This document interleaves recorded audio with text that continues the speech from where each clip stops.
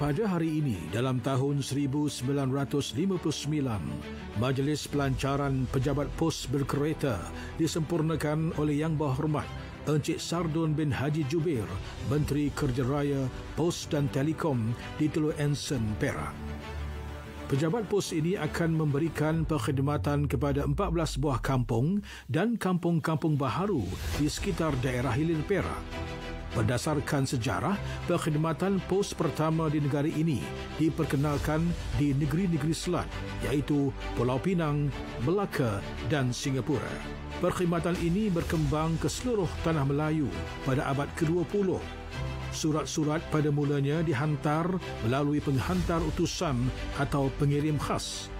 Evolusi teknologi yang membawa kepada kelahiran internet, media digital dan perubahan tingkah laku konsumer mula memberi kesan kepada pendekatan mail tradisional ini.